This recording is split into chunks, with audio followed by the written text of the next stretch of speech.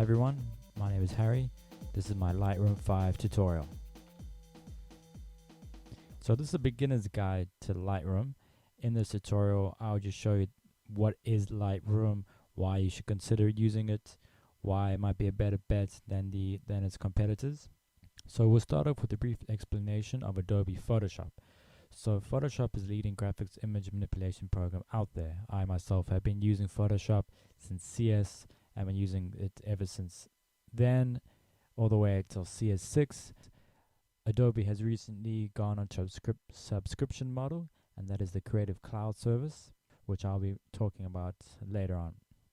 Lightroom is an easier way to quickly sort through all your photos. If you've ever been on a shoot and you're shooting hundreds of photos in one day, it's very difficult to go through all those, getting rid of the bad ones, shooting the best ones. If you're dealing with a lot of photos, you're going to need something like Lightroom, and it really will save you a lot of time. If you're just shooting here and there every once in a while, no big deal. You don't have to worry about something like this. So before we jump into Lightroom, I'm just going to take a step back, and we're going to take a look at how much it costs and the competitors. So I'm not going to jump into the whole Lightroom versus Aperture debate. Many photographers say Lightroom is the best. Many photographers say Aperture is the best. I guess it's what suits you, really. But let's take a look at the pricing here. So Aperture in the Australian App Store retails for $85. Yep. Lightroom, on the other hand, has a few other options. You can buy it outright for $186. So $186 and it's yours perpetually. Or you can subscribe. Now, if you have already subscribed to Creative Cloud, you actually already have access to Lightroom. So you have Photoshop, Lightroom, Illustrator, Adobe Premiere, all those high-end applications which are now available at quite a good price for $49. If you're a student, it's even better. It's $15 per month.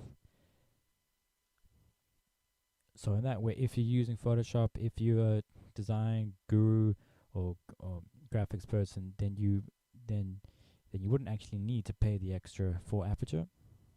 So before you jump ahead and buy Aperture or Lightroom, there is another option which you might already have, Adobe Bridge. Now, obviously, Adobe Bridge is a very limited option for categorizing your images, but it still might just do the trick for you. As you can see, you can adjust the star rating of the images out of 5. You can approve them. You can mark them. You can if you wanted to edit an image, it's going to open up Photoshop. Now if you're dealing with thousands and thousands of images, opening up Photoshop every time you want to make a quick adjustment is going to take a very long time. So let's jump back into Lightroom 5. So recently on a trip to the USA, I had some time off from a study tour, and I went to take some photos of some bands at the Black Cat in DC, and I took hundreds and hundreds of images. Unfortunately, I never had my flash with me, so I had to use a 50mm 1.8 lens, and as you can see, some of them were a bit slow. These photos I've already selected and I've already marked them as to be rejected. To do that is very simple.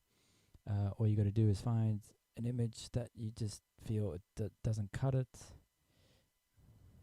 Like that one's pretty boring. All I have to do is press X. That has now been rejected, or that's been set to be rejected. If I want to undo that, press U to remove flag, X again to put it on. Or if I actually want to select this as an image that I want to keep, press P. That's now flagged. So let's leave that as X. So let's say you've gone through all of those and you've chosen the ones you don't want. It's very easy to choose the ones you do want once you've got rid of all the bad ones. You have something called filters. Now, don't be confused with filters that you get in Photoshop. These are different filters. These filters won't actually alter the image itself. They're just going to alter the view of what images I see.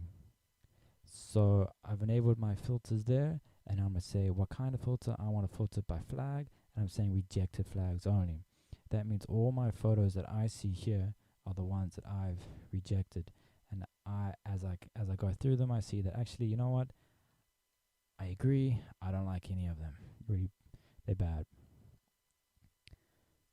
Control A, delete. Do you want to delete these images? Yes. Yes. Now that's going to save me a lot of time. If I were to have done that individually, go through each photo, say in the Finder, delete it, like it, move it around, it becomes very, very difficult. So let's get rid of that filter again, and let's take a look what images we have here. Yep, now I'm gonna do it. I'm gonna filter it again, and I'm gonna choose the images that I do like. Yep, there they are. These are the images that I do like, and as you can see, you know what? They're not half bad. Now that I've got the ones that are my favorite images, I can choose which ones I want to export to JPEG. There's obviously something that Bridge cannot do, the Finder cannot do without Photoshop, which is a very cumbersome process. With Lightroom 5, it's very easy to export images to JPEG. These photos themselves, they're quite large, they're 25 megabytes. That means they contain a lot of information, a lot of that is uncompressed image information. Now, I won't jump into the differences between RAW and JPEG, as that's quite a long topic. So that's pretty much the main thing that you're going to be doing in Lightroom. You're just going to be saying, I want this photo, I don't want that photo. I want this one, I don't want that one. Yeah. To navigate around here, we have on the left the navigator and the catalog. The folders here, some people aren't too big on folders. Aperture is not keen on folders. All your files in Apple's Aperture program are actually stored in the Aperture catalog that you can alter if you wanted to. So you could have your pictures in traditional folders. I myself prefer to have my images in traditional folders like you see on the left here. For me, it just makes it a lot easier when, say, I need to quickly email someone a photo. I don't need to go through Lightroom or Aperture. I can just use Windows Explorer or the Finder to actually get to those images. So that was folders. Let's talk about keywording. Now, these pictures that you see here were all taken with an iPhone. I didn't bother to put them into individual folders like I did with the other ones between New York and DC. I just put everything in one folder. But I can still add some information to it, obviously. So let's take a look at all the Google images. So on this tour, we visited Google. And yeah, on this tour, we visited Google. So what I'm going to do, I'm just going to write a keyword here. As you can see on the right-hand side. And I'm just going to write Google. So that's going to go onto that image right there. So what else can we do in Lightroom 5? Well, let's take a look here. This photo was taken in Grand Central Terminus.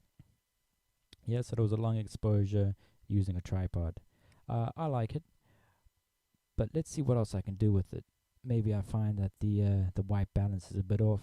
That's not a problem at all, as it was shot in RAW. So let's go to white balance. We can change that using a preset. That looks more natural, more lifelike. Or I could change that myself. Change the temperature. Yeah, you can have some fun there.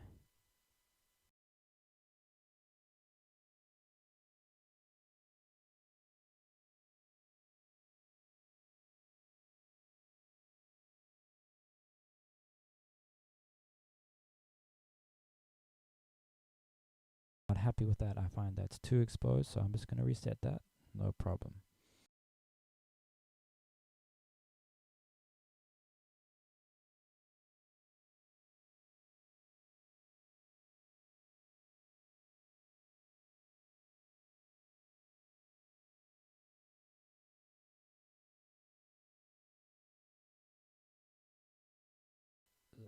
So let's take a look how easy it becomes to navigate and export an image. So going back to my filters, I'm going to enable filters, and I'm going to say filter by flagged only, so that means only my chosen photos, as you can see. And I'm going to choose, this was my background, if you remember. I like this one. I'm just going to make a few adjustments to it. Just want to crop the bottom.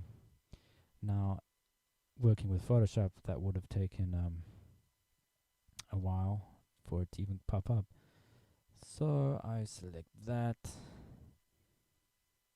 I'm not going to get into master images and virtual copies. Maybe that might be another lesson. So I've chosen some custom settings to rename the files, the file name, so I can know Bali, so I can communicate with the other person that I'm sending the image to, and the date, which is in this case the year. I want to change that to the year, the month, and day. Say that's fine, and we're gonna resize that JPEG. Let's make it a good quality, width and white dimensions. Yeah, 2000 by 1000, that's fine by me. Exporting that to my upload folder, and there's my exporting my file. That's done, and there it is. So there are other things that Lightroom can do as well. Tethered capture comes in handy. I worked at a photography studio where they had a camera set up directly into software. That way they can automatically view the image, so Lightroom can do that for you. Auto import is pretty cool. I was experimenting the other day with a Wi-Fi card. So I was taking photos with my SLR, and the photos were being sent directly to Lightroom via a auto import folder. So whenever Lightroom saw a image popping up in that particular folder, it brought it into Lightroom. So that becomes pretty handy. You can add extra plugins, extra filters that may save you some time. You might like that. So Lightroom stores all of its information in its catalog file. That file has all the previews and all the extra information. That definitely doesn't have the images itself. All the images are stored in your particular folder. So Lightroom 5 is definitely not a replacement for Photoshop. If you want to do any further changes, Photoshop is definitely the way to go. If you wanted to layer up your filters and add some text, or whatever else that you need to do, Photoshop is definitely the way to go. But if you need a way to quickly organize your photos, to quickly edit them, to quickly choose them, export JPEGs, write any extra metadata that you need to, Lightroom is the way to go. So that's been a quick overview of Lightroom 5. There's definitely a lot more to it. I just wanted to show you the basics, and I hope that you found it helpful. Thanks very much. See ya.